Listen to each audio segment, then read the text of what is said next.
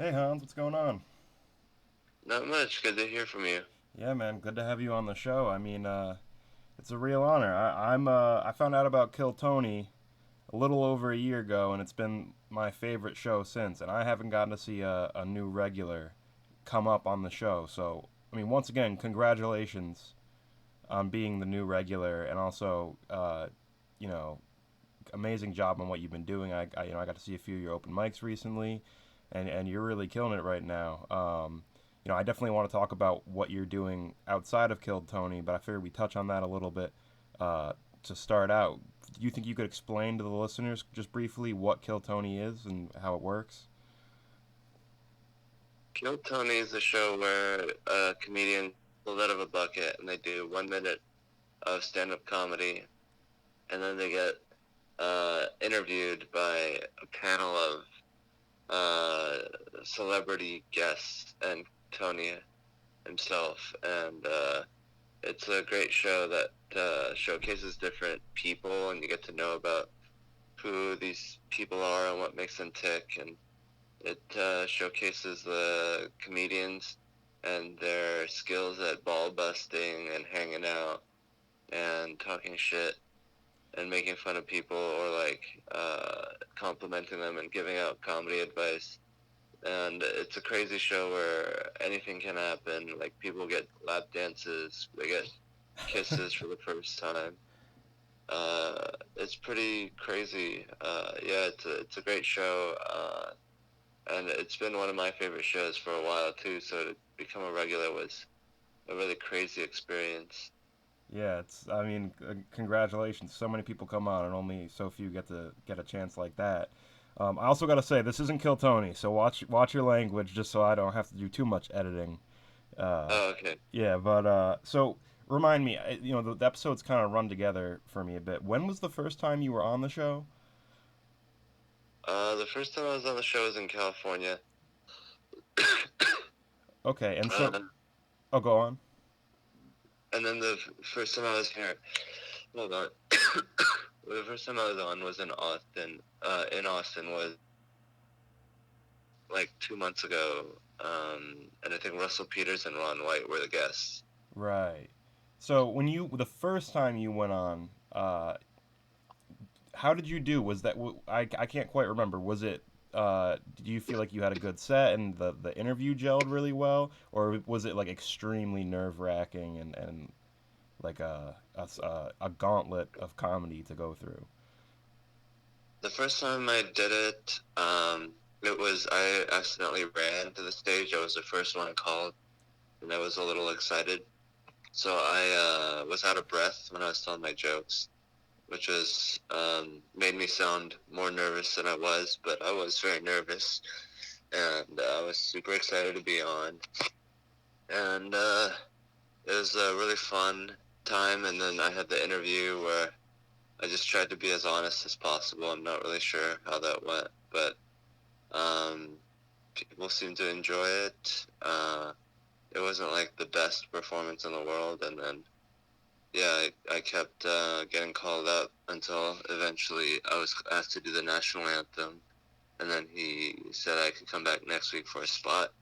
So I got a guaranteed spot next week, and that's when I became the regular. So I was gonna ask, in relation to when you first did the show, but just in general, how long have you been doing stand up? About 8 years. Oh wow, okay, yeah. I mean, like you're already so like legit and far along, but I almost expected uh I wouldn't have been surprised of like you being like a really fast developer because your material is like the writing is already so tight. Like I don't know, you get a Thank you. sense from watching the show of how far along people are, and that like makes a lot of sense because you clearly have put a lot of the work in so far. Have you gotten to do any spots or any other shows that were like a really big milestone for you before Kill Tony? I did the Seattle International Comedy Competition where I came in fifth place, and that was pretty cool because we got to do theaters all over the Northwest and Seattle area. That was pretty cool. I got to go up at Gotham Comedy Club and New York Comedy Club. Um, I don't really think that there's too many big shows I've been in other than that. I mean, I opened up for Mark Curry and Dat Fan and Nikki Glazer at comedy clubs in Seattle. But yeah, I mean, I think Kill Tony's the biggest thing I've ever been on. Now, you said you've been on Kill Tony in California also, and you're talking about Seattle. Where have you spent the most time doing comedy? I did comedy in Seattle for 5 years, and then 3 years in New York City, and then I was just visiting LA for a little bit, and now I moved here in my van, and now I'm here permanently, I guess, because Kill Tony's here. Yeah. So could you explain the Seattle scene to me a little bit? Because I'm not super familiar. I mean, is that a big, vibrant scene? Is it as easy to get time there as it is in Austin? Yeah, it's a pretty good scene. They're really smart. They're good writers. There are a lot of liberal people who might be too PC there, so it's like doing comedy with weights around your ankles. Like they make it Yeah. difficult, so you have to be really funny. Um, yeah, it's a great scene. There's a bunch of funny people there, and there's a lot of great comedy clubs. So I think it's one of the best scenes Do up you there with prefer? like Denver. Okay. Do you prefer a little bit of that like tension, like having those weights on your ankles? Do you like having to wrestle with the audience a little bit? Yeah, I think it makes the material more sharp and more aware.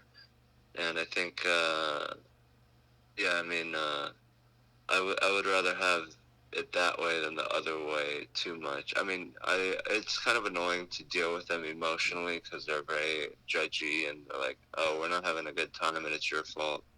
But yeah, other than that, I think like the quality control is high there because you have to really make good homophobic and racist jokes if you're gonna make them. Yeah. Yeah. I mean, I'm sure you're also getting a good sense of that in Austin. I mean, how do you feel like Austin compares? Do you feel like Austin's more uh, open-minded about making those tough kinds of jokes where it's a bit of a stretch, but it's kind of your like lab to work it out? Is Austin a little bit more nurturing for that, or is it even more liberal? Well, Austin is very different from what it was before the pandemic. Before the pandemic, it was like a little less like Seattle because it is in Texas. But now during the pandemic, it's free for all pretty much. It's like the loosest scene that we could have, and a lot of comics that come here are like, "Wow, you can say a lot of things that we can't say back home. You know, the F word, the R word, the Yeah. C word." So it's become a lot more freer and a lot more, more irreverent than it was in the past with the liberal comics that ran it. They all went away, and now they're slowly coming back. But yeah, Austin is right now, way more um, freer to say whatever you want than Seattle was for sure. Is there like a particular part of the Austin comedy scene that you know, aside from working with the Kill Tony crew, is there a particular part of it that's really been like a home to you, or something that has really helped you nurture what you're working on? Um, yeah, I mean, I found a group of friends here that where we hang out all the time and write jokes occasionally, but I feel like stand up is more of a solitary thing. And the friends are great for keeping my spirits up in between me going alone and doing whatever I have to do. So it's good just to have a social network for that. But yeah, I mean, I think it's a great scene because people respect you and respect individuality. So I found a couple guys here, and I'm staying with a friend of mine that I met here and I met in New York, who's letting me stay here because my car was in an accident, and it's like a house of like It's us, and I'm gonna invite a bunch of people over. So it's pretty awesome house because everyone is hanging out and we're all um, shooting the shit, just like on Kill Tony, like how the guests are making fun of the bucket pull comedians. It's Yeah. like we're just doing that to each other. So that helps with that part of uh, talking to each other. And yeah, I just love the energy here, like just with the people that we invite and whoever happens to show up. Yeah, it's a pretty cool scene that we have here right now. Now, I mean, that sounds like you probably getting a lot of pretty like really memorable, hangs with other comedians and good friends. But are you the kind of comedian, do you feel like in a social situation that there are times where you just kind of want to turn off the jokes and you just want to lay back in the conversation, or do you almost think of it as like a an extension of that comedic part of your brain where when you're in that sort of hangout, you want to be on, you want to be kind of training those muscles while having fun. Yeah, I don't want to be too involved in it. I don't enjoy being in social situations all the time, but I do think that it's a necessary part of just life and also comedy to be able to communicate with others. So I try to do it in a way that doesn't bore me and also doesn't hurt other people. So it's a balance that I'm trying to figure out, being respectful to others while also being true to whatever I wanted to say in that moment.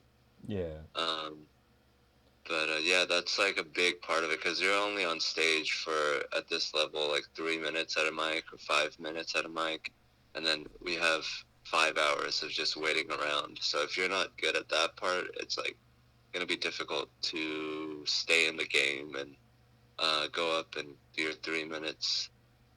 So I try to work on that, talking to people and not being too in my head and stuff. Yeah, I mean, I think it's a good part of the networking. And for me personally, I just started doing open mics recently for stand up, but I do music full time, and I'm like I'd say I'm a cross between an introvert and an extrovert because I like getting out and hanging out at shows, but after a certain point, I kind of need that time to back off and just recuperate and be to myself a little bit. Um, Hmm. and I feel like when you're at an open mic, it's you kind of have to be on a little bit just to keep, you know, just to stay engaged. Because I mean, when you're at an open mic, would you say that a big part of your own performance is just the vibe of the night, like how it feels in the room? Because usually when I at a mic when I see things start to go awry, it feels like it's hitting everyone. It's not just one person. Hmm. Yeah, I mean, like the art of comedy I heard is like musicians have their comedians have the crowd. We're playing the crowd, making them make the noises we want. So, like, if the audience is in a certain mood, then it's up to me as the comedian to meet them there and then take them where I want to go, or like tell them a good joke and improve that energy. So like calling an audible and changing up the joke I want to do based on the mood. And if the mood is really bad, that can be a great catalyst to have a great set because there's so much expectation and so much energy there that it could potentially flip it and use the weight of the audience against them. But yeah, it's like you have to hit everyone, so it's like you gotta find out where they are and just mold an act for them and like emotionally meet them where they are. So I think it's a really fun game to find out what kind of crowd that is there and how to deal with them. Yeah, I mean, I hear what you're saying with the way you can defy expectations. Because for me, a lot of my best sets have been when I'm the most nervous, and I feel like even seemingly negative sort of energy to the night can sometimes be flipped into something like way better than you expected. Do you ever feel like, since you started going on Kill Tony, does that create like a whole new pressure for you to write, or has it kind of just fit in the routine that you had already set for yourself?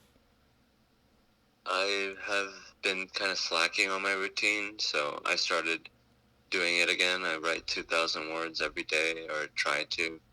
So I've been doing that again, and I wasn't doing it before Kill Tony, but I started after I got the regular spot, because, So I yeah, mean, I only have so much material. yeah, but I meant yeah. So it sounds like that's a great catalyst to sharpen your writing. Do you feel like since you got the regular spot, has that do you feel that's changed the dynamic a lot? Just for like you have your own open mic, right? Hmm. So has that drastically changed the atmosphere of your own open mic and other shows you're at? I would imagine. Yeah, I mean, now it's like people respect me a little bit more, I guess.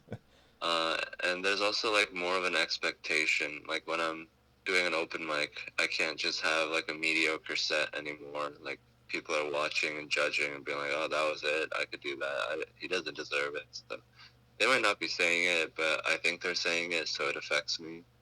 Eh, haters are So gonna hate. So what are you gonna do? yeah. Um, So I just try to use it to motivate me to have the best set possible. yeah, I mean, like that's the thing. Like everyone's always still gonna have nights where it's like what you're working on is still getting there, and there's always gonna be people who are gonna try to latch on to that. But the fact of the matter is, you where the position you're in now, it's like you can't help but just grind constantly. So I can see Yeah. both sides of it, but I definitely would not, even if I saw some like questionable jokes, like that's gonna be part of the process no matter where you're at. Um, Yeah. do you at this point when you're doing open mics, do you stick to the same material a lot, like night after night, or are you more into changing set to set? I try to do new jokes that I came up with, and then add in jokes that I think I could do on Kill Tony, and then try to find the perfect mix. And then like on Monday, I'll be looking through my notes and be like, okay, this one I could do a set like this, and then formulate on the day of what I'm gonna do. That way, I'm not over rehearsed or like too robotic when I'm doing mics and when I'm on Kill Tony. So yeah, I just try to do the things that I think I can do on Kill Tony, and I try not to do old material too much so that I don't fall out of love with those jokes and grow stale telling them in the future. Try to keep it fresh for myself. Okay. Now, when you're planning a set, are you thinking about it from a very like are you sticking to like a set list, or do you try to be more improv based in how you structure your set? I have a set list because my jokes are so short, and they're like all worked out word for word. Um, and then like sometimes I forget it, so I go into jokes that I already know or like whatever I wanted to say. But I feel like if there's a joke that I really want to say, then and then I see it in the moment, then I make that switch over. As long as there isn't something pressing that I was working on. Yeah. And I love those sets better because then it's like saying things that I actually wanted to say. And it's a more organic experience, and I feel like the audience can tell. So I always try to keep it real in the moment, as long as it's not like a super important show or if there's no other joke I'm working on. Yeah, yeah. Now, you say most of your jokes are shorter. Are you big into comics like, say, Mitch Hedberg, who's very heavy on one-liners? Is it kind of even for you in your appreciation for things like more story-driven comedy or roasting or, you know, Yeah, there's so many I different mean, facets of comedy I can get into, but are like one-liners more your style, or are you trying to balance it between multiple styles you could be doing? yeah, I think I'm trying to balance it between multiple styles. I mean, I love Mitch Hedberg, and I wish I could write jokes like that too. But I love Bill Hicks, who would work in his political stuff in there in his jokes, and he had longer bits. And I think it's mostly like about getting the idea out, however that occurs to you. and however the audience is ready to hear it. So I guess my jokes are shorter. They're not one-liners, all of them. But yeah, I mean, I think I I just have shorter jokes. I just like go from topic to topic and just say the funniest thing about them without necessarily a through line. Yeah, yeah. But yeah, I try to be flexible and be open to whatever my style might be and write for that. And it just happened to be that I write shorter jokes, which is great for Kill Tony. Now, this is something that I feel like I've gone through for a long time as a bassist, and it's become more clear, but I feel like I'm nowhere near understanding it as a comedian. Where do you feel like you're at in the process of finding your voice? Do you feel like that's like your style is still has a lot of development to do? Have you learned a lot about yourself and the way you process art in the time that you've been working on comedy, or do you still feel like you're on that path of molding what you're trying to do? Yeah, I don't think that I'm figured it out. I really don't want to solidify and be like, this is who I am, because then it cuts off other avenues that I could have gone that would have been funnier. And I just think it's a process, and it's like my voice, I guess, would be whatever I want to say to a room full of people at that moment, whatever that might be. And it's such a free, loose, no boundary art form that I try not to have any preconceived idea of what I can or can't say. But yeah, I mean, I've been trying to work on finding out what I really want to say and developing that, and I'm pretty sure that it's been improved from since when I first started. I'm probably way closer to what I actually want to talk about, and I'm definitely not there yet. And there are a lot of jokes that I just say, and it doesn't feel like I really need to say it or want to, but it works, so I just say it like that. So I would ideally try to get rid of those and just say whatever I want to say without getting like too preachy or political. Yeah. Um, so just trying to walk that line. Um, Now, besides Bill Hicks, are there any other big influences for you, or are there any particular uh, comedians who you found out about early on? I don't know how old you were when you first found out about comedy, when you fell in love with comedy, but is there another big early influence for you that kind of helped set you in the direction you've been going? Yeah, Joe Rogan was a really big influence for me when I started in like 2014. Because he had the podcast, and then he gave me the idea that it is a thing that I can do. Like you just have to learn it, and like the process of learning it and getting good at something was something that appealed to me. Like as long as there's a path of improvement, I felt like I could do anything. And then stand-up comedy seemed like the best thing to do at the time. So Joe Rogan really influenced me, and his podcast to get me out there. And then also his comedy, I thought was one of the best I've seen, just because he talks about what he wants to talk about, and he tackles big subjects, and it's like philosophical at the core of it. And I just thought it was like one of the best like subject matters that he talks about is like what he talks about is one of the best Yeah. of all the comedians.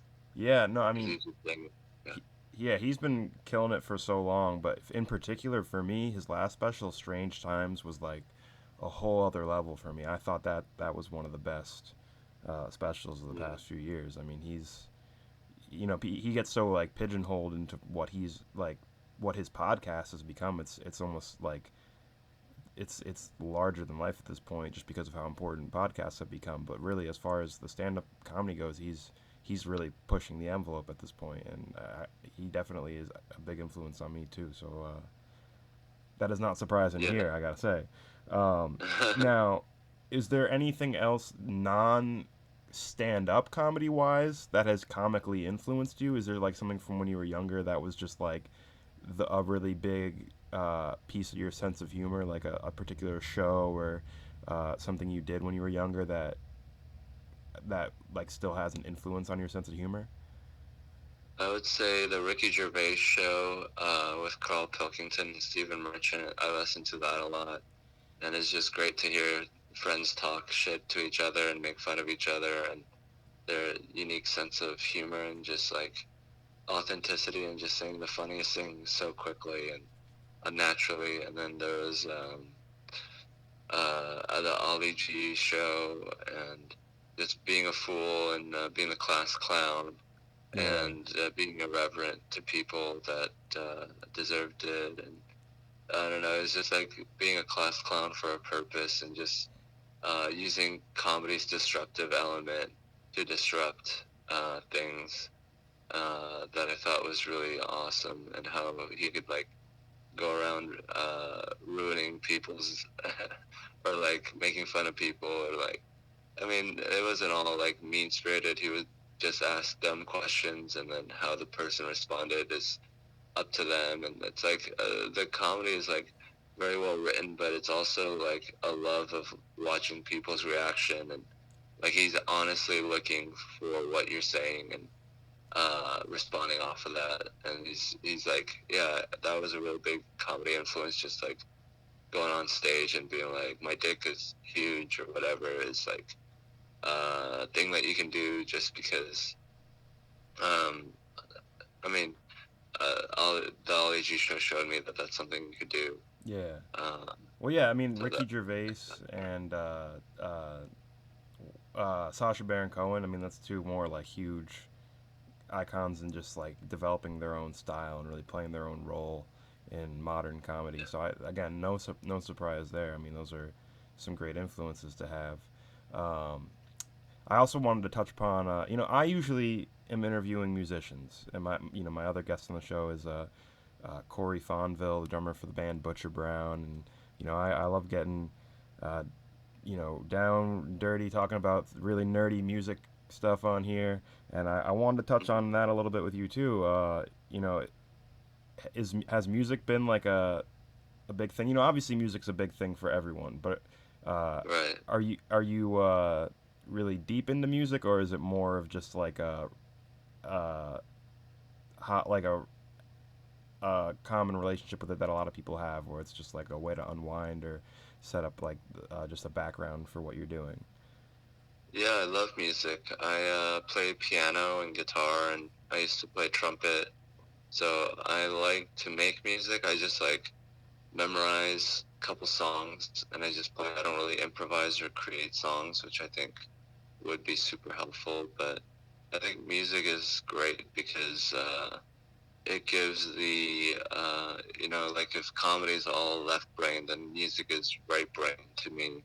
I know like it's not that way for everyone, but it's like it makes you feel things, and I think that's really healthy because comedy can be a little analytical, and I think it's sometimes good to loosen the analytical mind and not be too analytical or logical all the time, but to just be a pure, human being or animal and just feel what we're feeling. And that way, I think it makes the comedy better.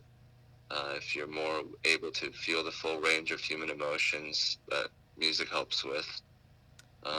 I Um, mean, that's a really interesting way and to put it, the whole left brain, right brain thing. Like I've never quite heard it put that way, but that makes a lot of sense to me. I mean, like one of my favorite things to play is jazz and more improvised uh, based music, and to me that there's a lot of similarities there between those styles of music and comedy. I mean, music in general, but really the idea of improvising for a live crowd really has a lot of parallels with comedy. mhm. Is is there any particular genre of music that you really like are attached to, or do you just like a lot, like listening to a variety of music? I like indie alternative or like some bluegrass, like country, like more indie country, I guess. Something with like a good melody and a good tune, I think is what I'm looking for. And I think that comedy is a lot like music in that you are singing to the audience with your voice. You just don't want them to know that you're singing. But when you go like this and then down and up, like you have to control your voice, and how you say the setup and the punchline is very important. And if you raise your voice at a certain point, then the audience laughs more. So I think it's good to listen to music to understand that part of comedy, or like communication. Because if you listen to people's conversation, they're all singing songs to each other, basically, and they're conveying emotion. People don't always listen to what you're saying, but they'll listen to how you say it. And if you're like being a dick, then they'll treat you like that. But if like if there's a group and you put in good sounds into it, or like match the sounds of the group that's talking, then it's more conducive, and you'll have better conversations. So I try to incorporate music into comedy in just the way that I talk and use my voice. But yeah, I haven't been into music too much lately. I used to be more into music when I was younger, but my friend is a younger man, and he's introducing me to a lot of like rap and uh, like a lot of rap, and that seems like the art form that's like the forefront of our culture. So Oh I yeah, enjoy that stuff. Yeah. yeah. I mean, as far as our culture goes, I mean, like a lot of musicians in my circles I run with will say like, you know, uh, the history of like Black American music has driven a large part of American culture, and in part world culture, because of the kind of waves that we've set go in motion in the music world. I mean, first with things like blues and jazz, but today with rock or hip hop, I feel like hip hop's the biggest musical force in the world right now. Um, how do you feel like? Uh, what is your impression of hip hop personalities? Like when a rapper is creating character, do you feel like do you feel like when a comedian is less of a character, like, or more of a character, or the same amount? Because I feel like there's again a lot of similarities, but it's almost like the goal is different. In hip hop, it's you're almost creating this. There are comical rappers, but it feels like for a lot of them, they're kind of creating this cool aesthetic that is a big part of the hip hop brand. Whereas with comedians, it almost feels like really the end goal is just force laughter out of people. And I don't know. Do you feel like the characters are deeper in hip hop than comedy? I think that in comedy, it's more true to your authentic self, or like your everyday self, than it is in hip hop. I feel like in hip hop, it's more an exaggerated version of yourself based on like how deeply you feel. Like just like even if you're a rapper in your apartment, you can still have these high highs and like think that you're the best and you're the shit. And I think that's like more acceptable in hip hop. But in like comedy, if you go up there and you're like, I'm fucking awesome, and you don't aren't subtly like taking hits at yourself, then I don't think it works as well. Even if you're like the most Yeah, famous comedian, yeah. No, I I feel think you. there's a All right, you're up to. yeah. By the way, you're up to 6 swear words. I'm gonna have to do a lot of editing for this radio show, Oh, huh? I'm so sorry. I totally forgot. No, no, you're fine. I just don't. I don't want to cut you off though, because this is. I'm digging the points you're making. It's interesting because I think a lot of these similar things about like the parallels between the art forms, but I like the way you're kind of wording it, because I like it's like I was saying about the left brain right brain thing. Like I hadn't thought of that parallel before, but that's why I like having both musicians and comedians on, because I like you know I like breaking the art down, and it kind of helps me conceptualize what I'm doing. And Yeah. I don't like I like getting nerdy on the show and talking about the theory behind the art that you're making and all that stuff. But I guess to reel it back in for the audience before we wrap things up, what are your plans right now? Are you really just focused on grinding and working on new stuff in the Austin scene, or do you have any other big plans in motion, or goals for the near future? I want to do a trip to Seattle, where I'm from. Do a do comedy there in New York and LA. I could only go for a week because I'd have to be back here. Um, I want to continue building jokes and have enough to eventually feature on the road, and then eventually headline. And then after I headline and get like a good hour down and practice it 100, 500 times, then I want to record an album. But that is very far in the future. I just don't feel like I'm ready to hold the room's attention for an hour, much less record it for posterity.